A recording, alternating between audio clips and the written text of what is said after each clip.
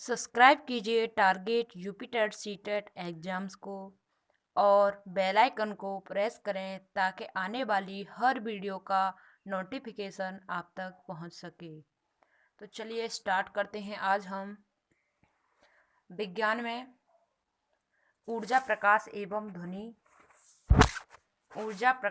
ध्वनि और हमने इससे पहले 2 टॉपिक कंप्लीट कर लिए हैं। दैनिक जीवन में विज्ञान का क्या महत्व है और दूसरा टॉपिक है हमारा गति एवं बल। तो हमने 2 टॉपिक कंप्लीट कर लिए हैं। आप उन वीडियोज़ को देख सकते हैं, आपके लिए वह बहुत हेल्पफुल साबित होंगी।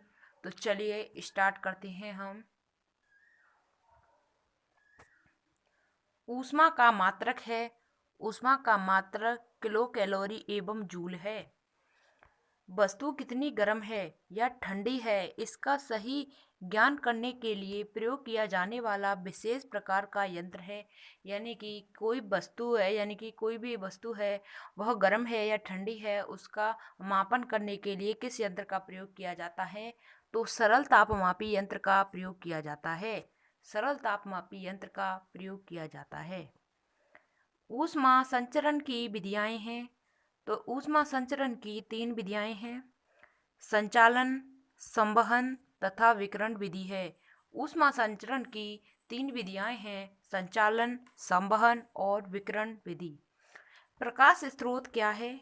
तो प्रकाश स्रोत है जो वस्तुएं प्रकाश उत्पन्न करती हैं, उन्हें हम प्रकाश स्रोत कहते हैं। यानी जो वस्तुएं होती हैं वह प्रकाश उत्पन्न करती हैं, उन्हें हम प्रकाश स्रोत कहते हैं।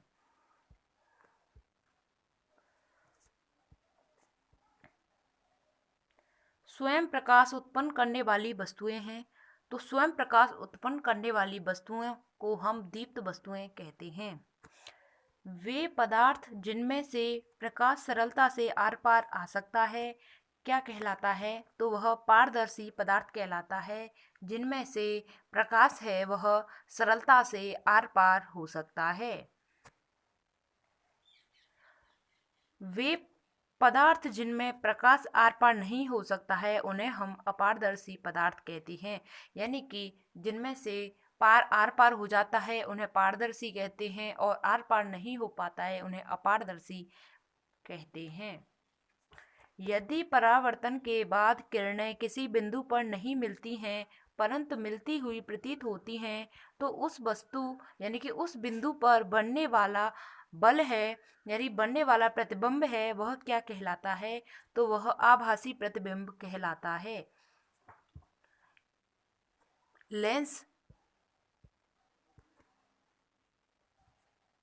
लेंस के प्रकार हैं। तो लेंस 2 प्रकार के होते हैं, अभिसारी लेंस और अभिसारी लेंस को हम उत्तल लेंस भी कहते हैं और अपसारी लेंस को हम अवतल लेंस कहते हैं।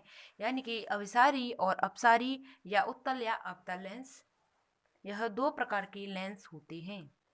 जो लेंस बीच में पतले तथा किनारे पर मोटे होते हैं उन्हें हम अवतल लेंस कहते हैं। यानी कि वह लेंस है जो बीच में पतले होते हैं और दोनों किनारों पर वह मोटे होते हैं, उन्हें हम अवतल लेंस कहते हैं। जो लेंस बीच में मोटे तथा किनारों पर पतले होते हैं उन्हें हम उत्तल लेंस कहते हैं। यानी कि अवतल लेंस को हम बीच में पतले होते हैं और किनारों पर दोनों मोटे होते हैं, और उत्तल लेंस में क्या होता है कि वह बीच में मोटा होता है और किनारों पर पतला होता है, उसे हम उत्तल लेंस कहते हैं। हमें तारे टिमटिमाते हुए क्यों दिखाई पड़ते हैं? तो तारे टिमटिमाते हुए प्रकाश के अपवर्तन के कारण दिखाई देते हैं। प्रकाश के अपवर्तन के कारण तारे हैं जो टिमटिमाते हुए दिखाई देते हैं। अति सूक्ष्म वस्तु को देखने के लिए किस यंत्र का प्रयोग करते हैं?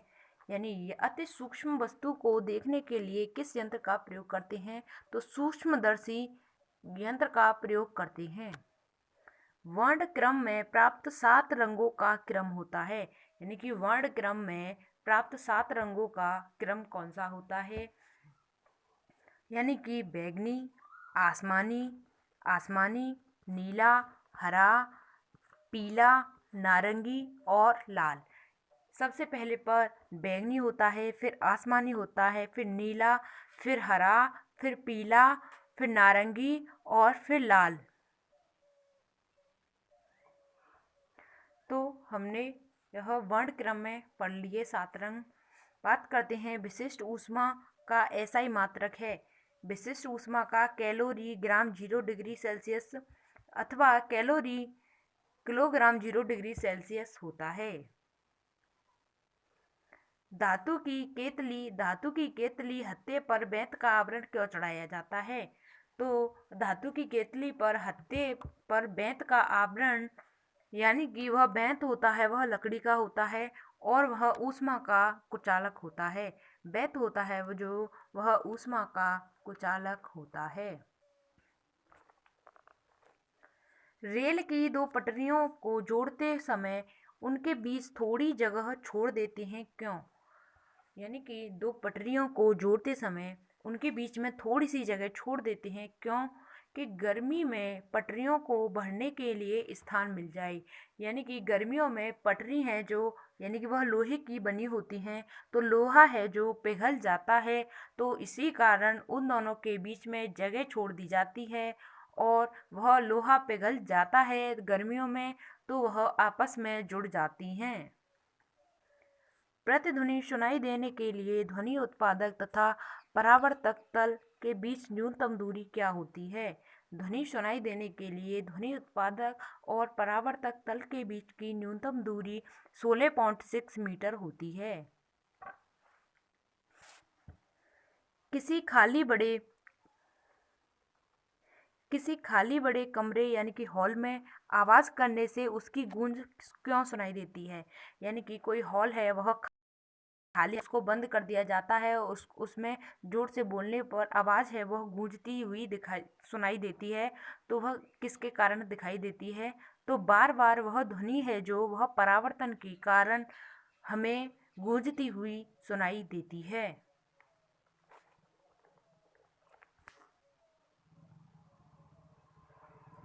न्यूनतम संभव ताप है तो 273 डिग्री सेल्सियस न्यूनतम संभव ताप है। 1 जूल में कितने अर्घ होते हैं? 1 जूल में 10 की पावर 7 1 जूल में 10 की पावर 7 अर्घ होती हैं। ईंधन का ऊष्मीयमान सबसे अधिक होता है, तो ईंधन का ऊष्मीयमान हाइड्रोजन का सबसे अधिक होता है। फोटोइलेक्ट्रिक सेल एक ऐसी युक्ति है जो परिवर्तित करती है प्रकाशीय ऊर्जा को विद्युत ऊर्जा में। यानी कि फोटोइलेक्ट्रिक सेल है वह एक ऐसी युक्ति है वह प्रकाश ऊर्जा को विद्युत ऊर्जा में परिवर्तित कर देती है। विद्युत सेल में ऊर्जा परिवर्तन होता है, तो विद्युत सेल में ऊर्जा परिवर्तन यानी कि रासायनिक ऊर्जा से वह विद्युत ऊर्जा में परिवर्तन हो जाता है, उसका रासायनिक ऊर्जा से विद्युत ऊर्जा में परिवर्तन हो जाता है।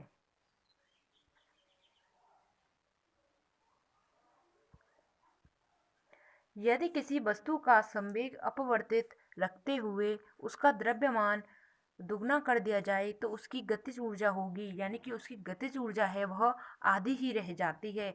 यानी कि किसी संवेग का अपवर्तित रखते हुए उसका द्रव्यमान है वह दुगना कर दिया जाएगा तो उसकी गति है वह आधी ही रह जाती है। ऊर्जा यानी कि उसमें ऊर्जा का चालन क्या होता है? तो उसमें ऊर्जा का चालन ठोस, गैस व द्रव्य सभी में होता है।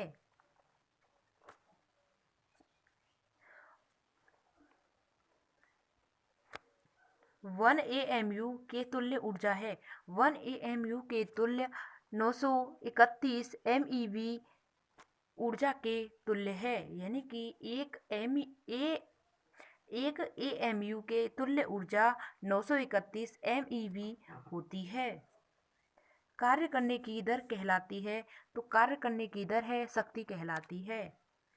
ढालू सड़क पर पत्थर लुढ़काना ऊर्ध्व ऊपर की ओर उठाने से अधिक आसान होता है, क्योंकि पत्थर को लुढ़काने में किया जाने वाला कार्य इसके उठने की अपेक्षा कम हो जाता है। यानी कि जो पत्थर का वह लुढ़का दिया जाता है तो वह उठने की अपेक्षा उसका जो भार है वह कम हो जाता है।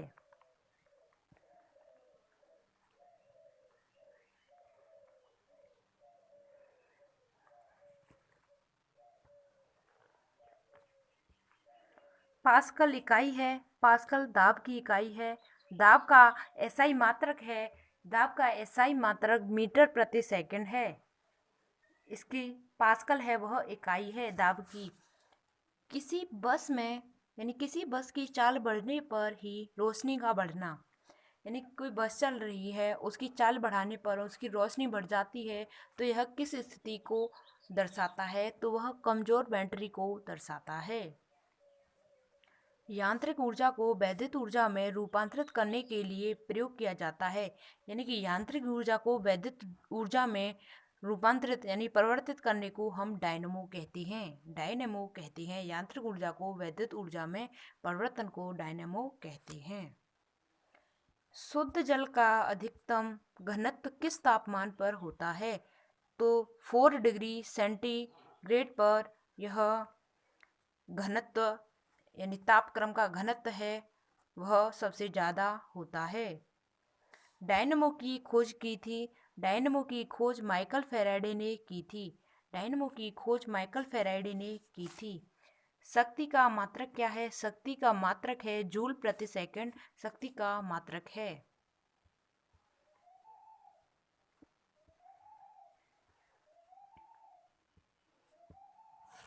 डायनामो ऊर्जा परिवर्तित करता है तो यांत्रिक ऊर्जा को वैद्युत ऊर्जा में परिवर्तित कर देता है।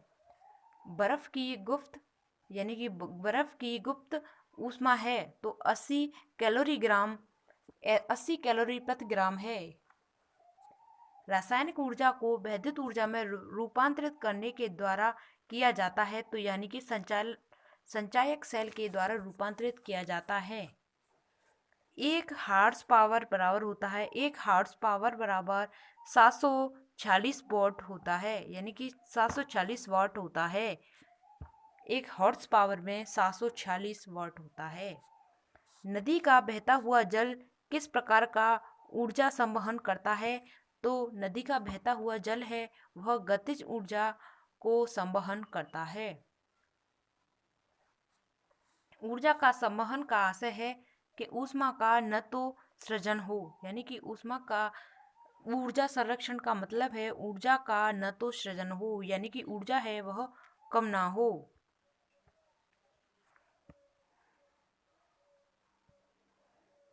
समान ताप पर ध्वनि की चाल अधिकतम होती है H2 गैस में, यानी कि ध्वनि की चाल है वह अधिकतम कम होती है H2 गैस में।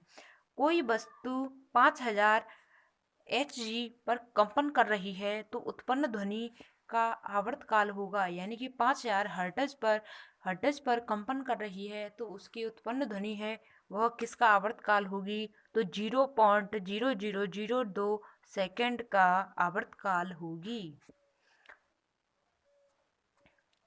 चिकित्सा के क्षेत्र में समस्याओं के अनुसंधान के लिए उपयोग किए जाने वाले पराश्रम ध्वनि उपकरणों के कार्य करने की आवृत्ति होती है तो उसकी आवृत्ति होती है 20,000 हर्ट्ज से अधिक होती है, यानी कि पराश्रव्य ध्वनि है उनके उपकरण के कार्य करने की आवृत्ति 20,000 हर्ट्ज से अधिक होती है।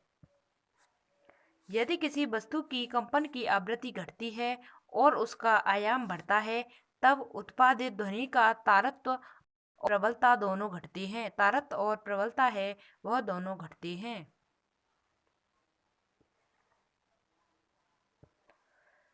ध्वनि तरंगों में प्रभाव जो नहीं पाया जाता है तो वह ध्रुवण के कारण प्रभाव नहीं पाया जाता है। ध्वनि का तारत्व निर्भर करता है तो आवृत्ति पर ध्वनि का तारत्व निर्भर करता है। डॉट डॉट डॉट से अधिक प्रबलता का शोर मानव शरीर के लिए कष्टदायक है तो वह 80 dB का शोर है वह मानव शरीर के लिए हानिकारक है।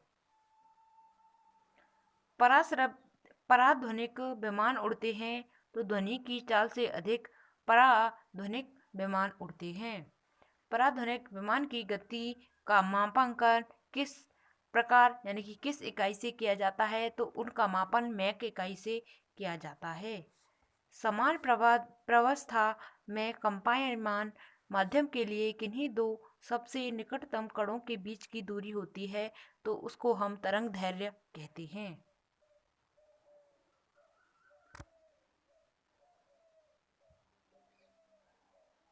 दो वस्तुओं के वार्तालाप में आवाज का डेसिबल स्तर होगा। तो दो व्यक्तियों के वार्तालाप में आवाज का डेसिबल लगभग 30 डीबी होता है। रेडियो तरंग का वेग क्या होता है? तो 3 × 10⁸ मीटर प्रति सेकंड होता है।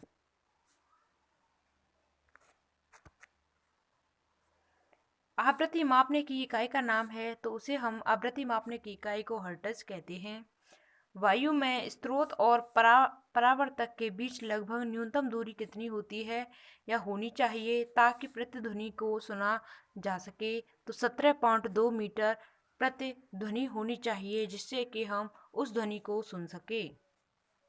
महिलाओं की तीखी आवाज होती है क्योंकि उच्च आवृत्ति के कारण उनमें तीखी आवाज होती है, यानी कि उसकी उनकी आवाज है वह थोड़ी सी पैनी सी या मतलब पतली सी इस टाइप की होती है। दूरसंचार के लिए प्रयुक्त तरंगे हैं। दूरसंचार के लिए प्रयुक्त तरंगे माइक्रोवेव हैं।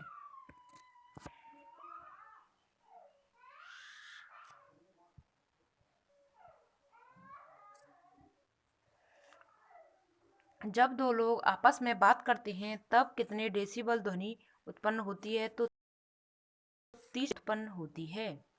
जब सितार और बांसुरी पर एक ही स्वर बजाया जाए तो उसके यानी उनसे उत्पन्न ध्वनि का भेद का कारण है, तो केवल ध्वनि ध्वनि गुणता यानी कि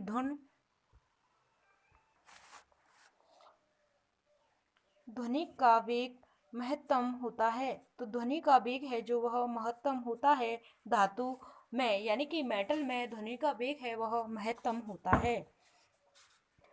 प्रकाश के किस रंग के लिए किसी लेंस का फोकस दूरी अधिकतम होती है? यानी कि प्रकाश के लिए किस रंग के लिए यानी कि प्रकाश में किस रंग के लिए लेंस का जो फोकस दूरी है वह सबसे ज़्यादा होती है?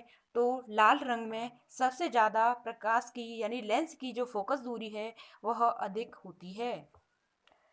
एक अवतल लेंस से बनने वाला प्रतिबिंब होगा। तो अवतल लेंस से बनने वाला प्रतिबिंब को हम सदैव आभासी प्रतिबिंब कहते हैं।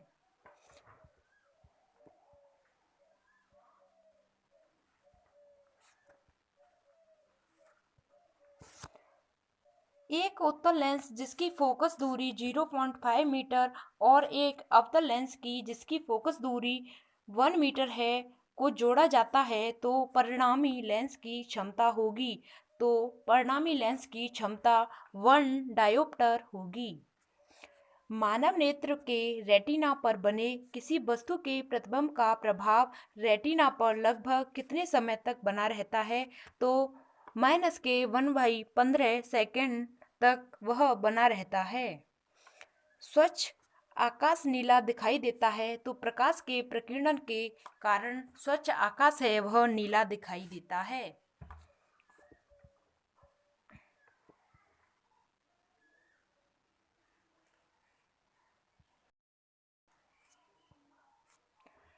प्रिज्म से गुजरने पर श्वेत प्रकाश के किस किरण में अधिकतम विचलन होगा?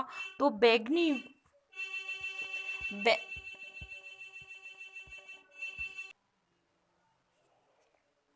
आपको शोर सुनाई दिया होगा, तो क्या करें, हम क्या कर सकते हैं, बाहर से नॉइस आती रहती है। तो चलिए स्टार्ट करते हैं हम दोबारा से। प्रिज्म से गुजरने पर श्वेत प्रकाश के किस किरण में अधिकतम विचलन होगा? तो बैंगनी रंग में अधिकतम विचलन होगा। F और 2F के बीच रखी वस्तु का उत्तल लेंस द्वारा बना प्रतिबिंब होता है, तो वास्तविक एवं उल्टा प्रतिबिंब बना होता है। प्राथमिक इंद्रधनुष की रचना वर्षा के पश्चात दिखाई देती है। तो क्यों क्यों दिखाई देती है? इंद्रधनुष की रचना है वह वर्षा के बाद क्यों दिखाई देती है? क्योंकि छोटी छोटी बूंदों के द्वारा सूर्य की किरण का पूर्ण आंतरिक परावर्तन होता है। उनका है वह छोटी छोटी बूंदों से आंतरिक परावर्तन होता है। एक लेंस को सरल सूक्ष्मदर्शी की सतह पर उपयोग करने वाले व्यक्ति को दिखाई देता है, तो सीधा एवं आभासी प्रतिबिंब है वह दिखाई देता है। एक लेंस को सूक्ष्मदर्शी की तरह उपयोग करने वाले व्यक्ति को दिखाई देता है सीधा और आभासी प्रतिबिंब।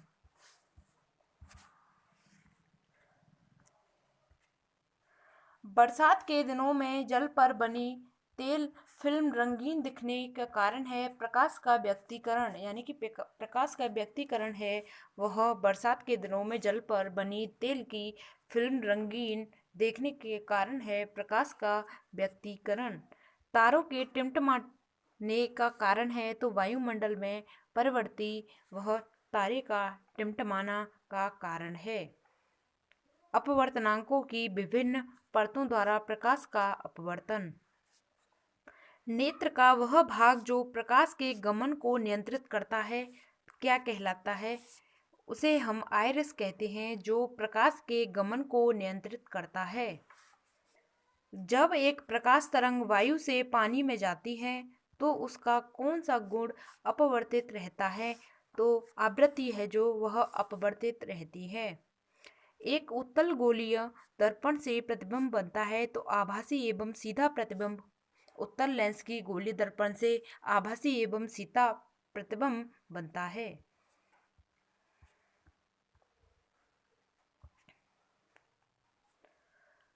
दूरदृष्टि के मरीज को चश्मा दिया जाता है तो उत्तल लेंस का चश्मा दिया जाता है।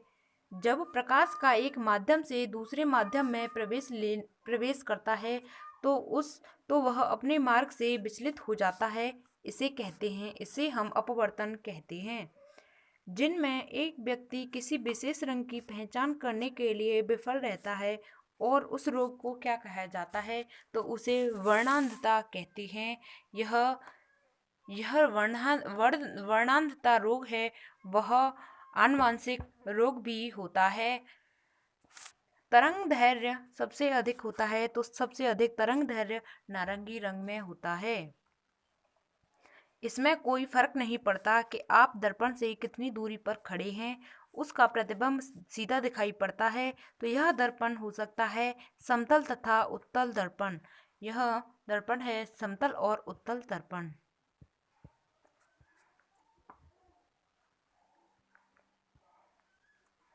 रेटिना पर नेत्र द्वारा निर्मित प्रतिबिंब होता है तो वास्तविक उल्टा और छोटा प्रतिबिंब रेटिना पर नेत्र द्वारा निर्मित प्रतिबिंब होता है।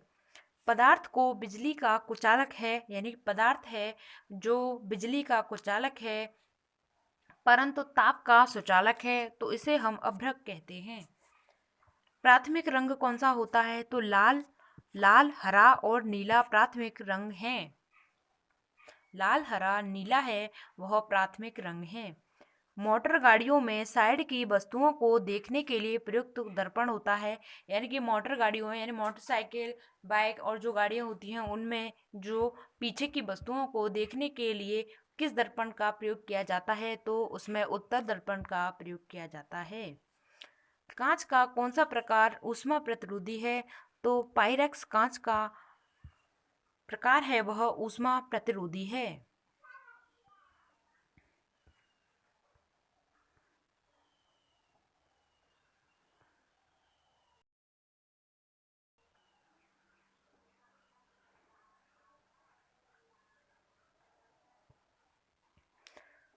लाल गुलाब को जब एक नीले फिल्टर से देखा जाता है, यानी कि लाल गुलाब है उसे हम नीले फिल्टर से देखते हैं तो वह कैसा दिखाई देता है?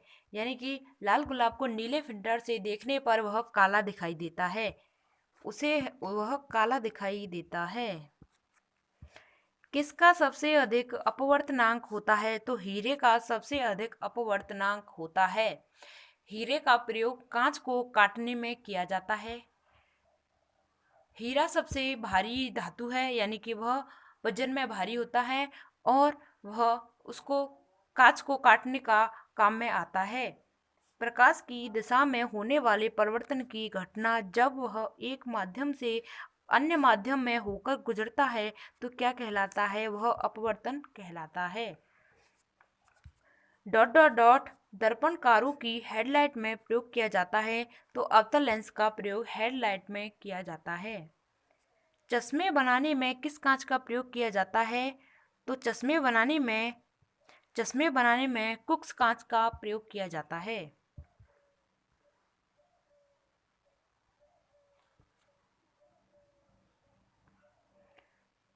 सूर्योदय और सूर्योदय और सूर्यास्त के समय सूर्य का रंग लाल क्यों दिखाई देता है? तो यानी कि सूर्यास्त और सूर्योदय के समय सूर्य का रंग है वह लाल दिखाई देता है कि लाल को छोड़कर वह अन्य सभी रंग प्रकीर्णित हो जाते हैं, यानी कि लाल को छोड़कर उसमें सभी रंग प्रकीर्णित हो जाते हैं। जिस प्रघटना ने प्रकाश के अनुप्रस्थ स्वरूपों को स्थापित किया वह ध्रुवीकरण प्रघटना है। सूर्य के प्रकाश में रंगों की संख्या होती है। सूर्य के प्रकाश में रंगों की संख्या 7 होती है। जल के अंदर वायु का बुलबुला व्यवहार करता है, यानी कि जल के अंदर वायु का बुलबुला व्यवहार करता है तो अपसारी लेंस जैसा व्यवहार करता है। मानव की सामान्य स्वस्थ आंख के लिए स्पष्ट दृष्टि की न्यूनतम दूरी है, तो इसकी न्यूनतम दूरी है 25 सेमी।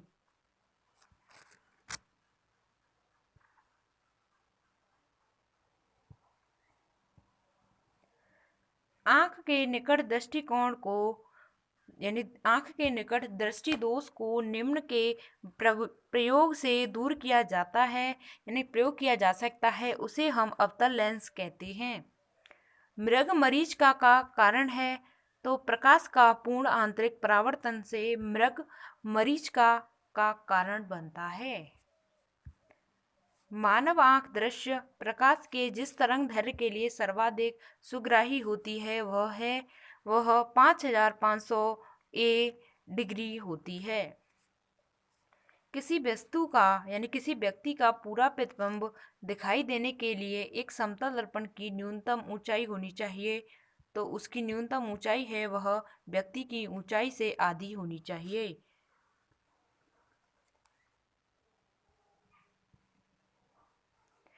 प्रकाश का वेग अधिकतम होता है, तो निर्वात में प्रकाश का वेग है वह अधिक होता है। मनुष्य की आंख में किसी वस्तु का प्रतिबिंब बनता है तो उसे दृष्टि पटल यानी रेटिना में वह मनुष्य की आंख का प्रतिबिंब बनता है। तो चलिए आज की वीडियो में बस इतना ही। मिलते हैं हम आपको आगे की नेक्स्ट वीडियो में। तब तक के लिए हम आपको बता दें कि आपको हम कौन सा टॉपिक पढ़ाने वाले हैं। अभी बताते हैं, हम पढ़ाने वाले हैं दूरी।